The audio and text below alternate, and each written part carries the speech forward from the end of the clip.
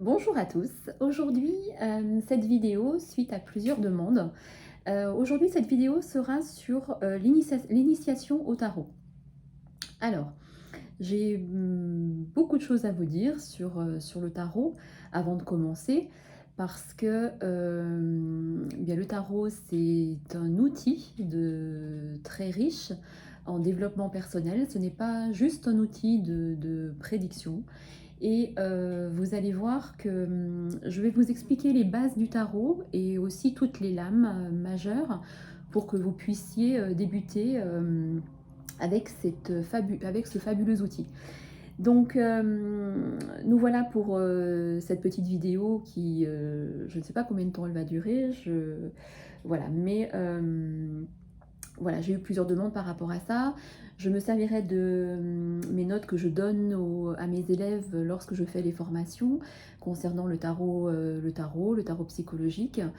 Si vous êtes intéressé par une de mes formations, vous pouvez me laisser un petit message en dessous de cette vidéo où je mettrai le lien de mon site de voyance pour que vous puissiez m'envoyer un mail. Voilà, il y a diverses formations sur apprenez à communiquer avec vos anges gardiens. Il y a une autre formation qui s'appelle pendule et magnétisme. Il y a une formation sur le tarot et sur le tarot psychologique, sur transformer votre vie pour attirer bonheur et réussite, et sur la gestion des émotions. Et, et se connaître davantage avec sa date de naissance. Voilà, c'est tous les titres de mes formations. Donc si vous êtes intéressé, n'hésitez pas à m'envoyer un mail. Je me ferai un plaisir de vous envoyer le programme des formations. Voilà, alors, il faut savoir que le tarot, pour beaucoup, le tarot de Marseille, parce qu'on parle beaucoup du tarot de Marseille, beaucoup de gens pensent que le tarot se réduit à un jeu divinatoire. À prédire les choses. Alors oui, c'est un jeu c'est un oracle de prédiction, c'est sûr, mais pas que. Et moi, je trouve qu'il est beaucoup plus riche en outils de développement personnel. Donc, avant tout, le tarot, c'est un ouvrage philosophique en fait, hein, et ésotérique. Et il faut savoir, retenez bien ça, que le tarot ne s'apprend pas, il se comprend. Vous allez voir pourquoi tout à l'heure quand je vais vous donner toutes les significations des lames. Parce que si vous apprenez, je pourrais faire une vidéo en vous disant que la lame 1 c'est ça, la lame 2 c'est ça, la lame 3, etc. Je vois pas l'intérêt parce qu'il vaut mieux il existe des centaines de livres sur le tarot qui enseignent le tarot comme ça, d'apprendre que le battleur c'est ça, la papesse c'est autre chose. En fait, pour s'imprégner des bases du tarot, il est important de le comprendre. Et c'est pour ça que, pour moi, il est important de vous initier vraiment aux bases pour que vous ayez envie d'apprendre le tarot et d'aller plus loin avec ce fabuleux outil.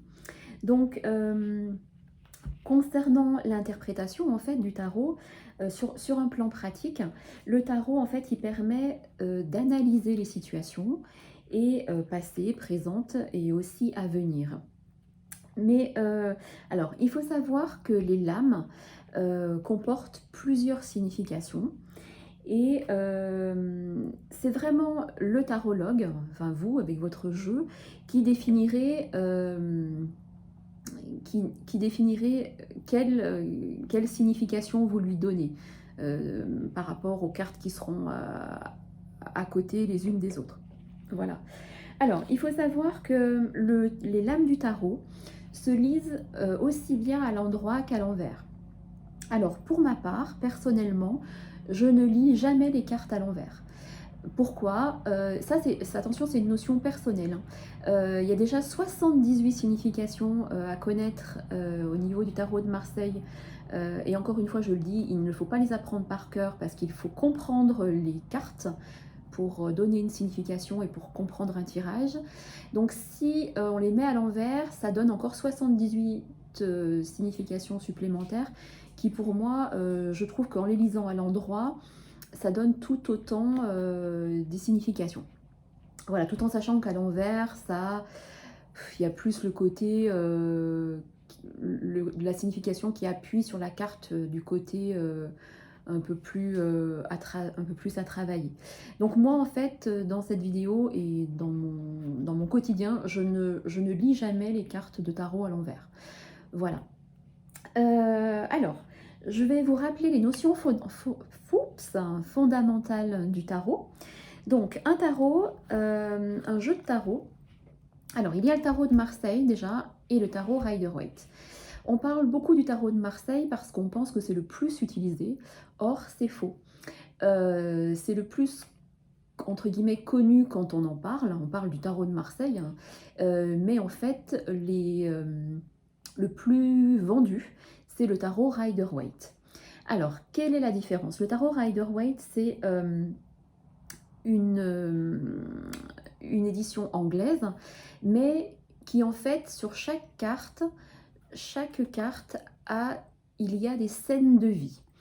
Des scènes de vie, c'est-à-dire qu'il y a des images qui vous font comprendre la signification des cartes. Dans un tarot de Marseille, qui est... Alors, est-ce que je les ai là? Dans un tarot de Marseille, il n'y a pas de scène de vie. C'est plus des images comme celle-ci. Et donc, du coup, qui sont beaucoup moins faciles à comprendre parce que beaucoup, du coup, se ressemblent et du coup, c'est difficile de s'imprégner d'une scène de vie parce que pour moi, enfin, il n'y a pas de scène de vie dans le tarot de Marseille.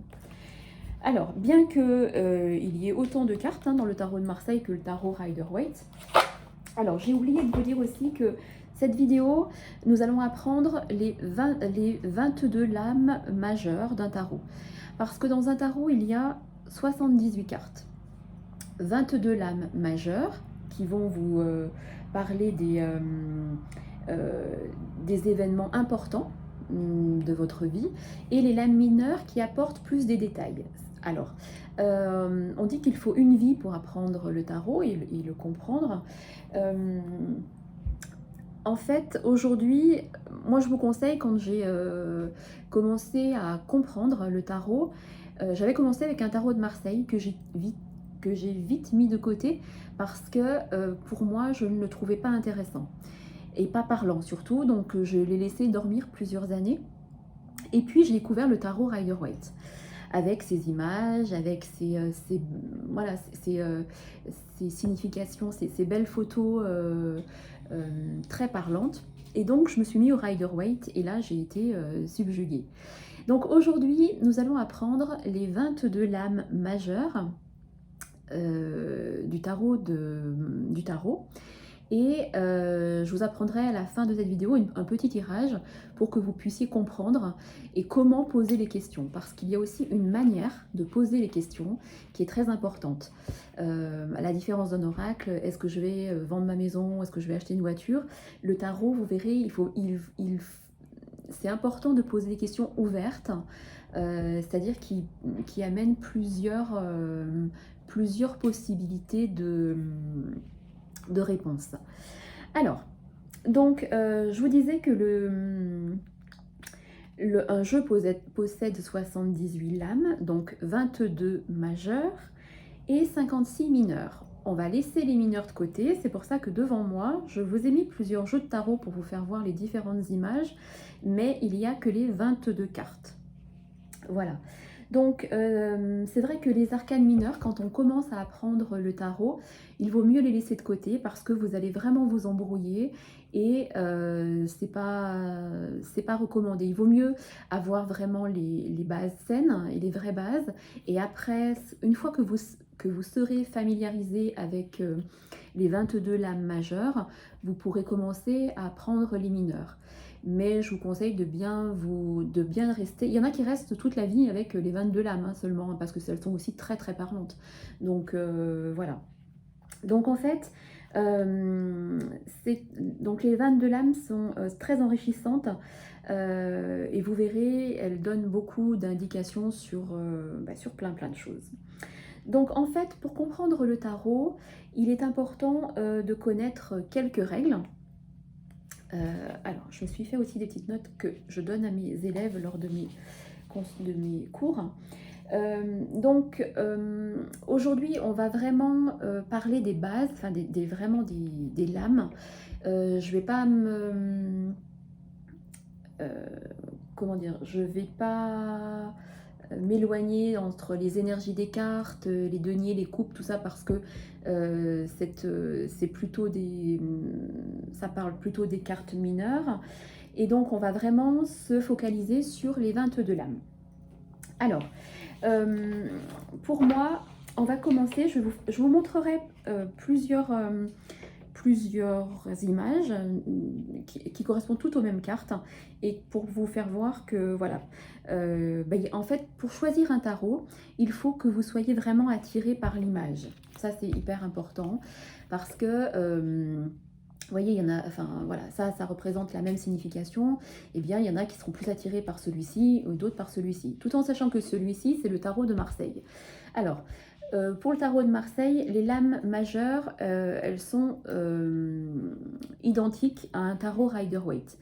Donc si aujourd'hui chez vous, vous avez un tarot de Marseille, vous allez pouvoir très bien commencer à apprendre les bases du tarot, il n'y a aucun souci. Donc n'achetez pas un tarot Rider-Waite exprès, si vous avez déjà un tarot de Marseille chez vous, il fera très très bien l'affaire. Donc, déjà, si vous achetez un jeu, c'est important de le dire, n'importe quel jeu, un tarot, un oracle, c'est important de consacrer son jeu. J'en avais parlé dans une précédente vidéo. Consacrer son jeu, qu'est-ce que ça veut dire? Ça veut dire enlever l'énergie qui n'est pas la vôtre et toutes les énergies négatives qui ont pu être en relation avec le jeu que vous venez d'acheter. C'est-à-dire que votre jeu, vos cartes sont allées dans différentes mains, les mains d'un imprimeur, les mains du libraire ou d'autres personnes si le jeu n'était pas sous blister. Alors je vous conseille par contre vraiment d'acheter des jeux qui sont sous blister, qui n'ont pas été ouverts, parce que sinon ça multiplie les énergies des gens.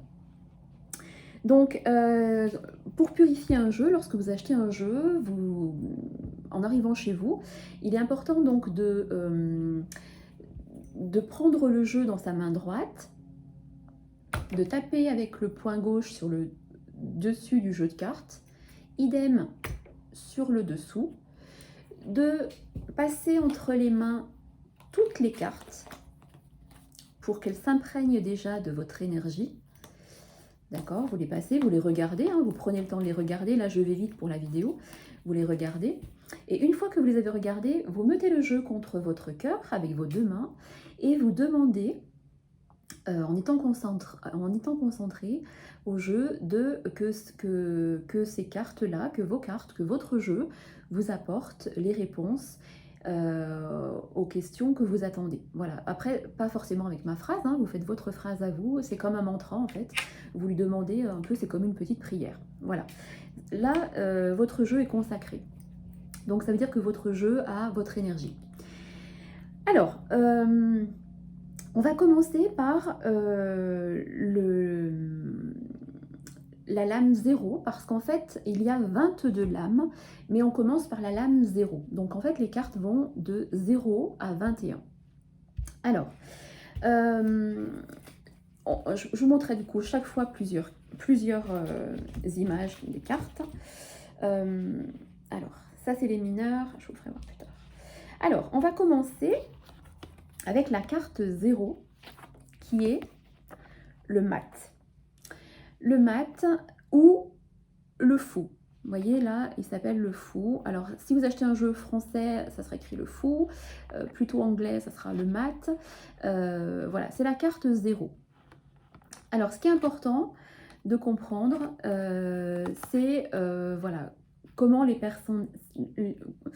Vous allez pouvoir enregistrer les significations des cartes parce que vous aurez compris le dessin des cartes. Et ça, c'est hyper important.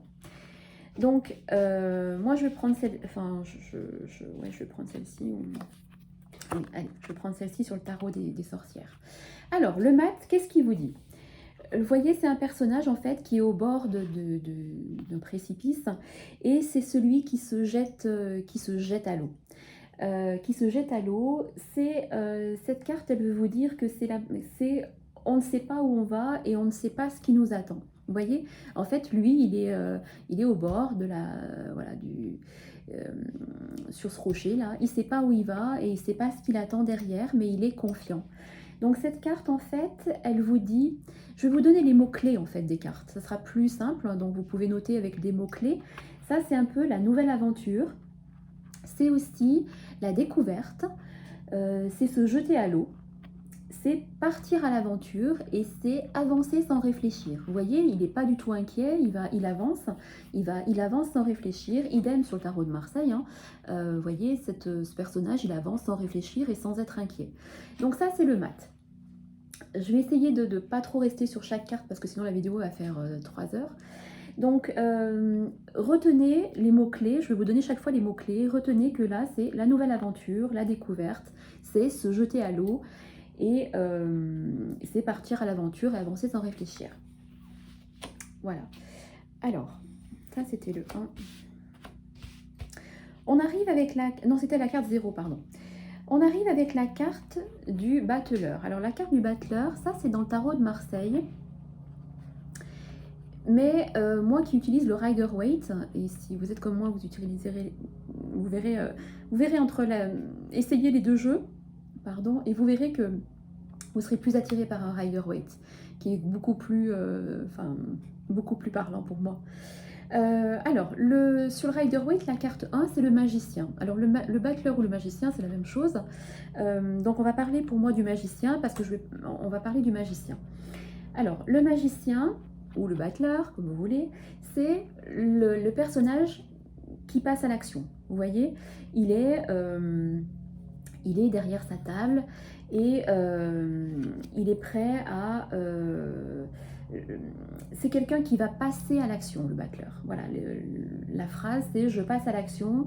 C'est... lui, il a un savoir-faire et il sait ce qu'il veut. Voilà, le battleur, c'est celui qui sait ce qu'il veut et qui a un savoir-faire. Et c'est quelqu'un aussi, le battleur, qui a une communication efficace. Voilà. La carte 2, qui est la grande prêtresse dans le Rider-Waite ou la papesse dans le tarot de Marseille. Alors, la papesse, elle vous dit quoi, la grande prêtresse? C'est une femme, vous voyez, qui est un peu mystérieuse et Donc la papesse, c'est tout ce qui est les choses enfouies. La papesse, le personnage a quelque chose en elle. La papesse, elle veut dire qu'elle sait les choses, elle connaît les choses, elle sait les choses, mais elle ne dit rien. C'est garder quelque chose pour soi. Vous voyez, c'est plus... c'est au fond de soi. C'est garder quelque chose pour soi, c'est avoir de l'intuition, c'est aussi quelque chose de caché. Voilà, pour la papesse. C'est tout ce qui est caché au niveau des émotions, de l'intuition et des choses. Alors, l'impératrice, dans le tarot de Marseille, dans le Rider-Waite ou dans le tarot doré. Je vous montre les 3 images, comme ça vous permet de voir plusieurs cartes. L'impératrice, vous voyez, c'est une femme qui est bien assise, qui a une couronne au-dessus d'elle. Pardon, je ne voyais pas les cartes. Et qui, en fait, on voit là, je ne sais pas si vous voyez sur la carte, qui attend un bébé. Donc, l'impératrice représente la féminité, la fertilité. C'est une femme comblée, c'est une femme qui est intelligente et qui a un talent artistique et qui est beaucoup aussi dans la créativité des choses.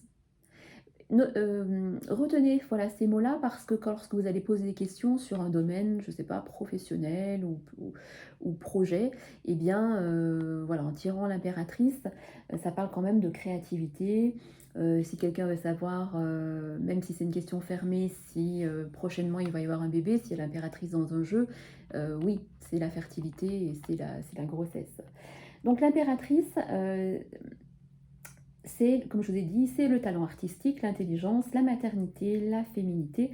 C'est une femme comblée et c'est quelqu'un qui s'occupe d'elle avec plaisir. Voilà, c'est une femme qui s'occupe d'elle. Voilà. Ensuite, nous avons l'empereur. Alors, l'empereur, je vous montre les 3 cartes. L'empereur, c'est quelqu'un, donc c'est un personnage qui représente le côté masculin. Il représente l'autorité, l'empereur. Vous voyez, il est pareil, il est assis sur il est bien assis, il a un spectre dans les mains. En fait, il représente l'autorité, il représente le cadre et les règles.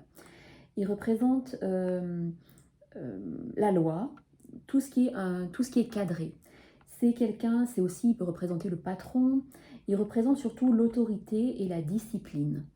Voilà, si par exemple, après, vous voulez savoir si quelqu'un, dans un tirage, une personne est fiable ou sérieuse, si il y a l'empereur, pardon, oui, c'est une personne fiable, sérieuse, qui représente l'autorité.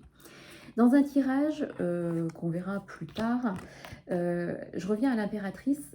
En fait, regardez, si vous mettez les 2 cartes à côté, vous voyez, l'impératrice et l'empereur, en fait, c'est comme un couple. L'empereur regarde l'impératrice et inversement. Donc, s'ils sont côte à côte dans un tirage, c'est vraiment solidité d'un couple, fiabilité du couple et sincérité. Voilà. Alors, la carte 5, qui est le pape, dans le tarot de Marseille, et qui est dans le Rider-Waite, le Hiérophante. Non, je vous dis des bêtises. Je vous dis des bêtises. Si, c'est ça. Si, c'est le Hiérophante. Donc, le pape, la carte 5, c'est... Le pape, c'est quelqu'un qui donne son enseignement. C'est quelqu'un qui a le pouvoir d'enseigner, de transmettre des choses. Le pape, il transmet ses connaissances. Si, oui, le Hiérophante. Le pape, il transmet ses connaissances. En fait, le pape, c'est l'engagement aussi, par exemple, concernant un mariage ou un engagement sur un contrat. Le pape, c'est l'engagement. C'est la personne, voilà, sur qui a des traditions, qui transmet les choses, qui sait se faire entendre, et lui, il transmet des connaissances. Voilà, c'est le pape, c'est « je me fais entendre ».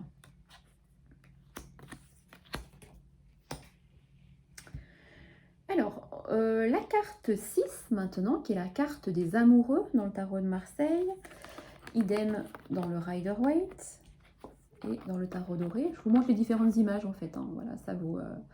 Voilà, mais le tarot doré, c'est un Rider-Waite aussi, et qui est très... les images sont très belles.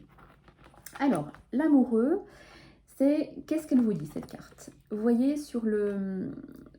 Il y a 3 personnages, pas sur celle-ci, et là, il y a 3 personnages. C'est aussi la carte des amoureux, donc, hein, comme son nom l'indique, mais c'est aussi la carte du choix. Donc c'est la carte de l'amour et c'est la carte où on vous dit qu'il faut suivre son cœur. Qu'il faut suivre son cœur. C'est aussi, comme je vous ai dit, c'est une carte de choix. C'est une carte qui vous dit de faire le bon choix, que vous allez devoir choisir. C'est aussi la carte qui dit qu'il y a une harmonie entre 2 personnes. Voilà. Donc, la carte des amoureuses, c'est vraiment, on voit bien hein, l'union de 2 personnes, mais il y a la notion de choix dans cette carte-là. Alors, tout dépend après du tirage. Hein. Il y en a, ça sera plus sur le côté union, et puis tout dépend des cartes qui seront à côté. Ce sera vraiment sur un choix à faire. Alors, ensuite, on passe à la carte 7 qui est le chariot. Alors, le chariot,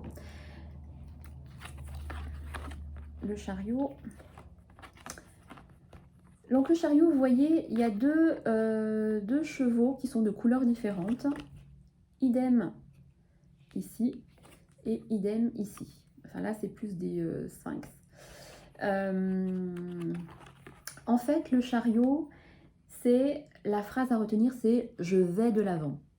Seulement, vous voyez que sur la carte, les chevaux, en fait, ne vont pas dans la même direction. Donc, c'est le personnage qui est sur la carte qui dirige les rênes. Donc, le chariot, il vous dit que c'est celui qui avance et qui va dans la bonne direction malgré les obstacles. Ça veut dire que sur votre route, il y aura quelques obstacles, mais le chariot, c'est une carte positive parce qu'elle va dans le sens,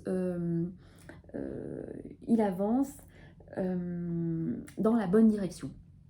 Voilà, les mots-clés, c'est plutôt conquête, aller à la conquête de, c'est avancer malgré les obstacles, c'est se mettre en marche, et c'est aussi les efforts payants. Voilà. J'essaye de synthétiser vraiment pour que vous ayez vraiment des mots qui résonnent dans votre tête et qui soient bien compréhensibles pour vous. Alors, on arrive là à la différence entre le Rider-Waite et le tarot de Marseille, parce qu'on arrive à la carte 8. Et la carte 8, c'est la carte dans le Rider-Waite de la force. Et dans le tarot de Marseille, c'est la carte de la justice. Donc en fait, il y a deux cartes qui sont inversées, qui sont interverties. Si vous avez un tarot de Marseille, la carte 8, ce sera la carte de la justice. Et si vous prenez l'habitude de travailler avec un tarot Rider-Waite, eh bien la carte 8, ce sera la carte de la force. Donc moi aujourd'hui, je vais en parler en tant que la force. Donc la carte 8 dans le tarot de Marseille, qui est la justice, dans le Rider-Waite, ce sera la carte 11. Et la carte 11 dans le tarot de Marseille, ce sera la force, et inversement. Donc, je ne sais pas si j'ai bien été claire. Donc là, en fait, je vais parler de la carte 8 avec le Rider-Waite qui est la force. Et la force, alors, au niveau de mes petits mots de... La force, c'est, vous voyez, il y a un lion hein, sur les cartes, mais en fait, la personne, vous voyez, le personnage, en fait, n'a pas du tout peur du lion. Elle est très sereine. On voit une image où le personnage est très serein sur les cartes. Et ça veut dire que c'est une personne qui a une force en elle, une force de caractère, et qui peut arriver à faire les choses. Donc, cette carte, elle vous dit « j'exprime mes instincts ». Et les mots-clés, c'est sur cette carte-là, c'est exprimer ce qu'on ressent, c'est se réconcilier avec soi, c'est être soi tout simplement, c'est dire les choses, c'est être soi, exprimer clairement les choses, parce que vous exprimez vos instincts. Voilà. Alors, on en arrive à la carte 9, qui est l'ermite. Alors, l'ermite, dans le tarot de Marseille, dans le tarot des sorcières et le tarot doré. L'ermite, vous voyez, c'est un homme un peu dans l'obscurité qui avance avec une lampe. Et il avance sur son chemin. Et en fait, c'est quelqu'un qui s'isole, mais justement, cette lampe, elle lui permet quand même d'avancer sur le chemin. Et l'ermite, c'est plutôt, je prends un moment pour moi pour mieux me connaître. C'est un retour sur soi, l'ermite. C'est un besoin de s'isoler, c'est un besoin de retour sur soi. C'est un peu une introspection. C'est être bien avec soi. L'ermite, c'est quelqu'un, vous voyez, c'est un homme quand même d'un certain âge, donc c'est quelqu'un qui a de l'expérience. Et c'est quelqu'un qui réfléchit, qui a besoin de réfléchir sur lui-même et besoin d'être seul pour pouvoir réfléchir. Voilà, l'ermite, et c'est aussi la carte, comme on disait, de l'isolement, parce que c'est quelqu'un qui s'isole.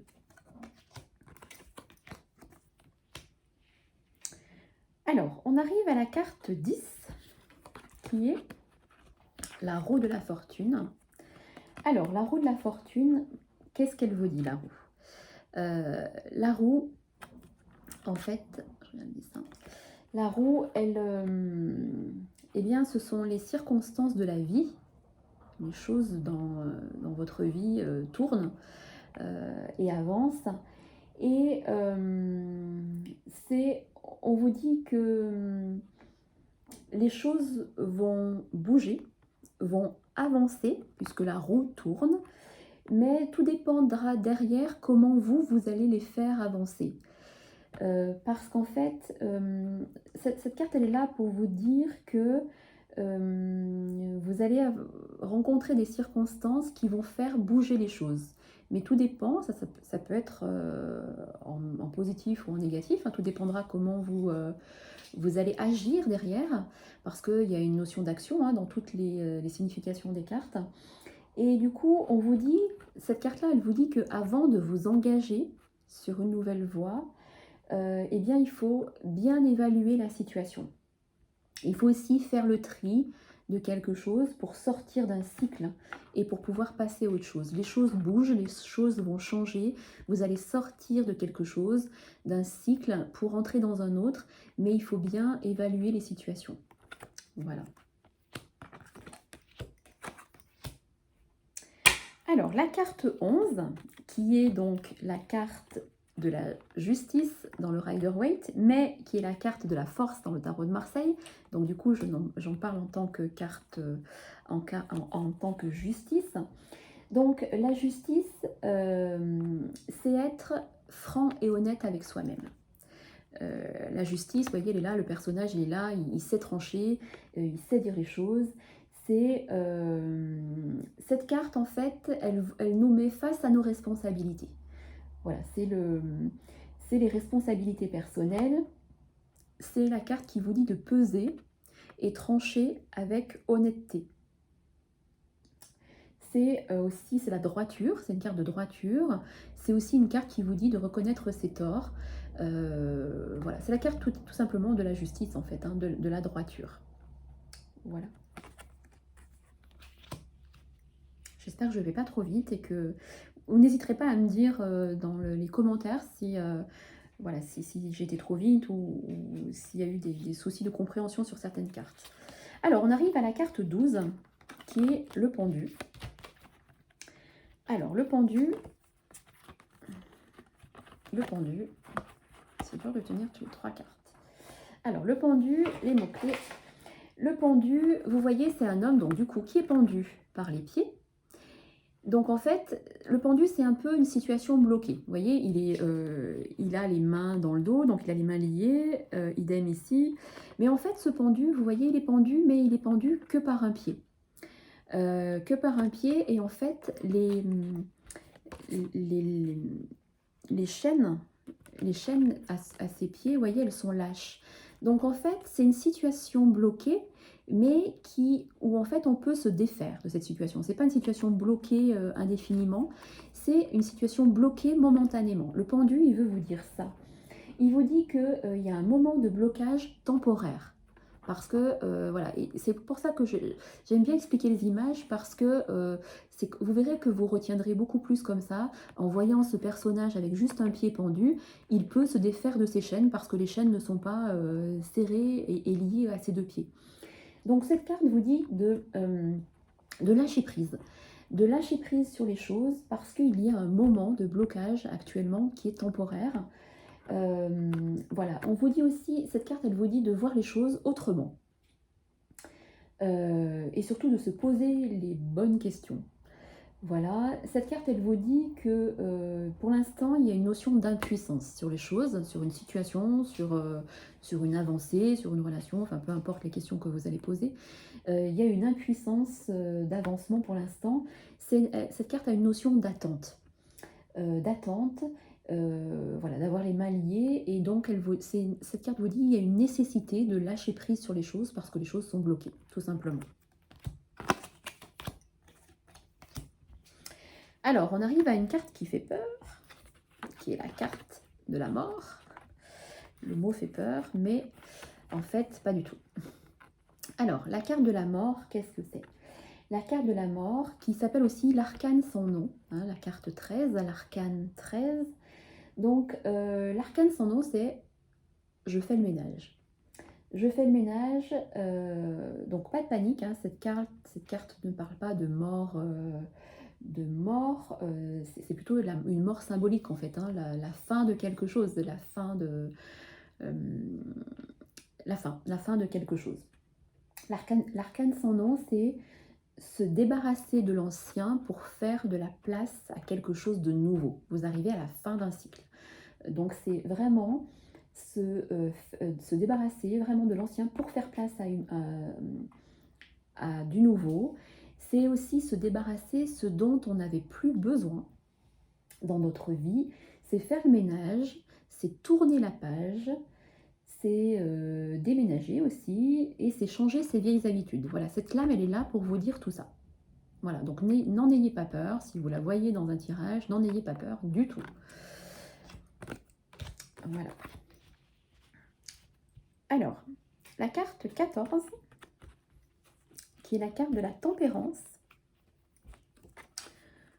Donc, on voit sur cette carte la tempérance. Alors, vous voyez, il y a l'arc-en-ciel. Alors, la tempérance, vous voyez, elle a des ailes ici aussi, là aussi. Donc, la tempérance, c'est un peu comme un ange, pardon, qui tempère les choses, en fait. Hein, cette carte, c'est une carte d'équilibre qui vous dit trouver un équilibre. Voilà, c'est une carte d'équilibre. C'est une carte de réconciliation, de négociation. C'est équilibrer les deux choses. Si vous avez un pied dans chaque monde, c'est trouver un équilibre. Voilà. C'est vraiment la carte de trouver un équilibre et voilà, d'équilibrer les choses tout simplement. Alors, la carte 15, qui est la carte du diable. Le diable, c'est le fait de se sentir lié à quelque chose, mais un peu comme une attache, un peu comme une addiction ou une attache, comme une dépendance. Par exemple, si on parle de l'affection, il y a un peu là une dépendance affective, il y a la notion comment je peux... un peu d'être une victime face à quelqu'un. Le diable, c'est l'impression, voilà, d'être une victime face à quelqu'un ou face à quelque chose. C'est le fait, cette carte, c'est le fait de se sentir lié. Lié, c'est un peu, c'est stagner dans une situation inconfortable. Voilà, le diable, c'est un peu ça. Les mots-clés, en fait, de retenir, c'est être accro à quelque chose ou à quelqu'un. C'est quand c'est plus fort que soi. Voilà, comme une addiction, en fait. Hein. Quand c'est plus fort que soi. Mais c'est comme aussi si quelqu'un pouvait avoir une emprise sur vous ou que vous ayez une emprise sur quelqu'un, l'un ou l'autre. C'est un peu un lien toxique entre deux personnes. C'est un peu stagner dans une situation inconfortable. C'est un peu une promesse aussi contraignante. Vous voyez, c'est voilà, c'est tout ça. C'est tous ces mots ces mots-clés, le diable. Alors, la carte 16, qui fait aussi peur que la carte de la mort, puisqu'en fait, c'est la tour. Alors, la tour ou la maison Dieu. Alors, dans le tarot de Marseille, ça s'appelle la maison Dieu. Ah non, mais c'est le soleil. Je vais donner la mauvaise carte. Et la tour dans le Rider-Waite. Donc, la tour effondrée. Hein. Alors, la tour effondrée, c'est la maison Dieu, c'est le monde qui s'écroule. C'est quelque chose qui s'écroule. C'est les mots-clés, c'est une vérité qui éclate au grand jour, par exemple. C'est où on se rend compte que la situation n'était pas vraiment comme on pensait. C'est être frappé par la foudre dans ce qu'on pensait. C'est quelque chose qui vole en éclats. C'est vraiment une carte forte. Ça c'est vraiment une carte forte. C'est un monde qui s'écroule. C'est ouvrir les yeux sur quelque chose.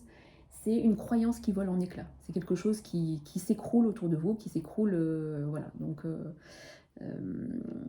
mais elle n'est pas totalement négative parce que quelque chose qui s'écroule, c'est pour reconstruire autre chose de nouveau avec des bonnes fondations. Donc voilà. La carte 17, qui est l'étoile. Alors l'étoile, c'est, vous voyez, hein, regardez ce personnage, elle est sereine, il y a l'étoile au-dessus d'elle, là aussi, on voit qu'il y a le bonheur, là aussi, il y a l'étoile. L'étoile, c'est quand on se sent bien à sa place. Voilà, l'étoile, c'est on peut se laisser aller à l'authenticité parce qu'on est à sa place, c'est le bonheur d'être à sa place, c'est la sérénité, c'est quelque chose qui coule de source. C'est aussi une carte de protection, c'est le bonheur, c'est l'harmonie, c'est être, voilà, être bien, se sentir bien, c'est tout ça l'étoile. Voilà, je crois qu'il n'y a rien d'autre à dire parce que c'est vraiment une carte simple d'explication. Voilà.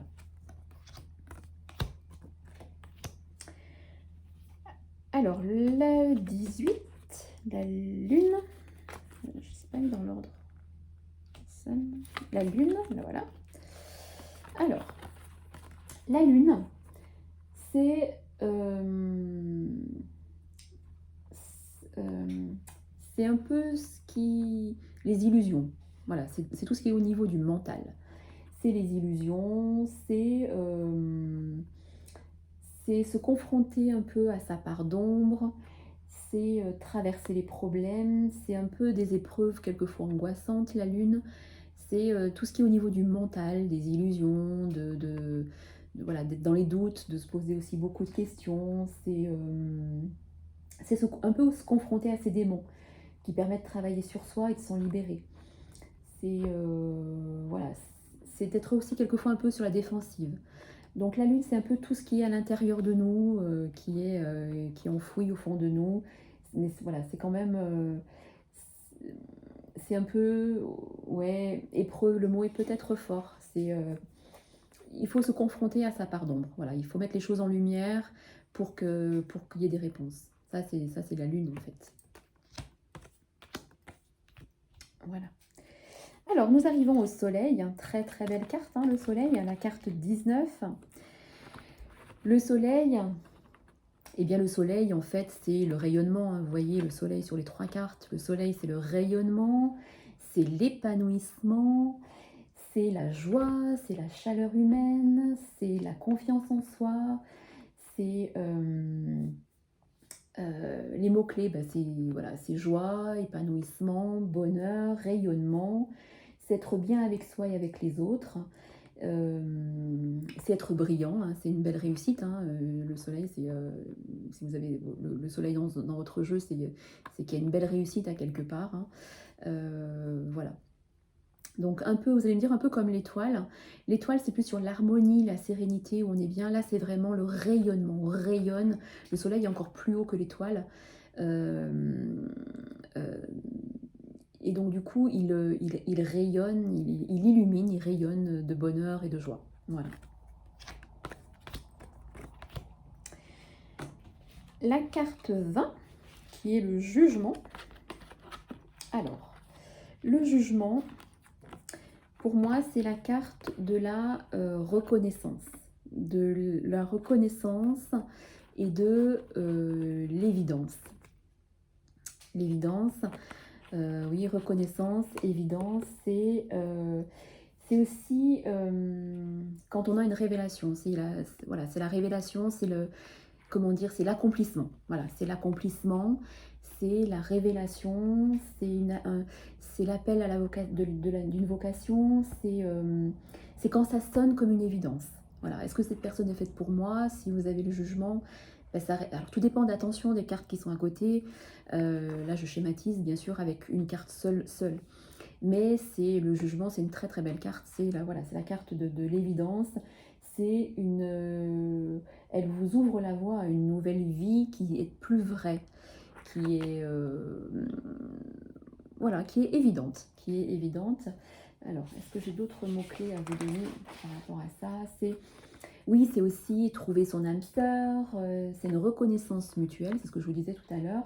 C'est une entente parfaite, c'est, voilà, savoir que c'est que c'est fait pour nous, que la personne est faite pour nous, que ce projet est fait pour nous, que ce travail est fait pour nous. C'est voilà, c'est l'évidence, c'est la reconnaissance.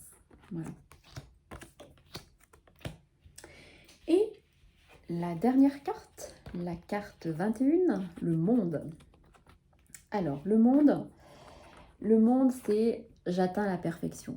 Le monde, c'est la finalité des 21 cartes, enfin des 22 cartes, pardon. C'est la finalité, c'est l'accomplissement parfait. C'est le jackpot. C'est le jackpot, c'est la liberté, c'est la sérénité. Cette carte, elle représente la récompense. Voilà. Elle représente la récompense. Les mots-clés, on pourrait dire perfection, accomplissement, gloire, réalisation, épanouissement total pardon, et bonheur. Voilà, je peux pas plus dire. Vraiment, c'est voilà, le monde, c'est le summum. Voilà. Alors, que vous dire d'autre? J'ai essayé de synthétiser en 46 minutes les 22 lames du tarot. Voilà. J'espère que ce sera clair pour vous. N'hésitez pas à me laisser vos commentaires par contre par rapport à cette vidéo, parce que c'est vrai que c'est toujours... j'essaie de faire des... même quand j'enseigne, je me mets toujours à la place des élèves et je me dis, si tu étais à leur place, est-ce que tu comprendrais comment toi tu expliques? Comment tu voudrais qu'on t'explique? Et je me mets toujours dans ce schéma d'élèves, de comprendre les choses facilement afin qu'elles soient faciles d'accès. Voilà. Donc dites-moi bien si vous n'avez pas, si vous avez, s'il y a des choses qui n'étaient pas claires. Alors, je suppose que vous aimeriez connaître, avoir des notions de petit tirage. Alors il faut savoir que vu que le tarot est très riche, vous avez vu, hein, est très riche en signification, il n'y a pas besoin d'étaler 25 cartes avec un tarot de Marseille. Donc, en fait, lorsque vous faites un tirage, il faut vous entraîner. Vous allez voir le temps que les significations, que vous soyez imprégné des significations, vous allez faire des exercices, pas forcément que sur vous ou sur quelqu'un. Vous tirez, le tirage que je vais vous faire voir, vous le faites plusieurs fois en prenant des notes, mais pas forcément qu'il y ait une question par rapport à vous ou quoi que ce soit. C'est une question de savoir lire pour l'instant les cartes. De comprendre, surtout de comprendre les cartes. Donc en fait, après avoir mélangé vos cartes, vos 22 lames, alors, soit vous avez une question en tête, mais encore une fois, pour moi, les questions, ce serait plus... oui, il faudrait plus poser des questions ouvertes. J'ai fait des petits dans mes... les questions ouvertes, c'est plus... par exemple, de quoi ai-je besoin pour m'épanouir au niveau affectif? Que puis-je améliorer dans ma vie? Vous voyez, c'est des questions ouvertes qui amènent un large choix ensuite après et un libre arbitre à la personne. Le tarot est là en fait pour vous aiguiller et pour vous amener sur le chemin de quelque chose. Voilà, c'est pas une question je vais vendre ma maison. Bien sûr qu'on peut répondre puisqu'il est aussi prédictif à ça, mais c'est plutôt par rapport à un épanouissement. Prenez-le comme votre meilleur ami qui est là pour vous indiquer les bons chemins. Voilà. Mais vous êtes toujours décisionnaire de votre vie. Donc en fait, il vous donne des indications, mais à vous de les suivre ou pas. Donc en fait, une fois que vous avez mélangé, vous pouvez couper ou pas. C'est comme vous voulez. Alors couper, c'est regarder la coupe. Hein. Couper, c'est prendre un morceau du paquet, le mettre de l'autre côté, à côté, et prendre l'autre paquet et le remettre dessus. Et en regardant la coupe, voilà. Ça peut donner une indication justement par rapport aux significations des cartes. Moi, je ne vais pas interpréter la coupe, là, je vais vous faire voir comment enfin, un simple tirage. Donc, vous étalez vos cartes. Et en vous concentrant sur, si c'est par rapport à vous, en vous concentrant sur votre problématique, sur votre questionnement, eh bien, vous tirez 3 cartes. 1, 2 et 3. Alors, il existe plusieurs notions. J'aime pas qu'on rentre dans des cases de dire passé, présent, futur, lui, moi, la situation, on peut. Mais si je vous dis ça, vous allez rester avec cette carte, avec la carte du passé. Ah bah non, c'est le passé, de toute façon on s'en fout, donc ouais, ça m'apporte rien. Je vais tout de suite regarder la carte du futur et la carte du présent. Mais en fait, il faut voir ça comme un scénario, un film, un script. Et donc en fait, du coup, les 3 cartes doivent être liées. Enfin liées. Elles vous amènent des indications. Voyez. Alors, moi j'ai tiré le soleil, le monde et la papesse, la grande prêtresse. Donc, alors enfin, là c'est pour vous faire voir un exemple de tirage, hein. Mais en fait, donc du coup, quand j'avais pas posé de questions précises, ça peut aussi, sans questions précises, vous voyez, pour faire votre expérience, tous les jours vous pouvez tirer une carte du tarot et ça va vous donner le conseil de la journée ou votre énergie de la journée. Et donc aujourd'hui, là, je n'avais pas, moi, à l'instant T, à l'instant présent, je n'avais pas posé de questions particulières, c'était plutôt, eh ben, voilà, l'état d'esprit du moment. Et donc j'ai le soleil, donc l'épanouissement, le monde, l'accomplissement et la grande prêtresse qui sait des choses, qui garde les choses en elle, qui sait des choses, enfin qui sait des choses, qui sait, qui connaît les réponses et qui se sert de son intuition et de ses capacités intuitives. Bon, ça correspond bien à mon domaine, ce que je vous enseigne pour l'instant. Voilà, donc en fait, vous tirez 3 cartes et alors au départ, vous allez lire les significations.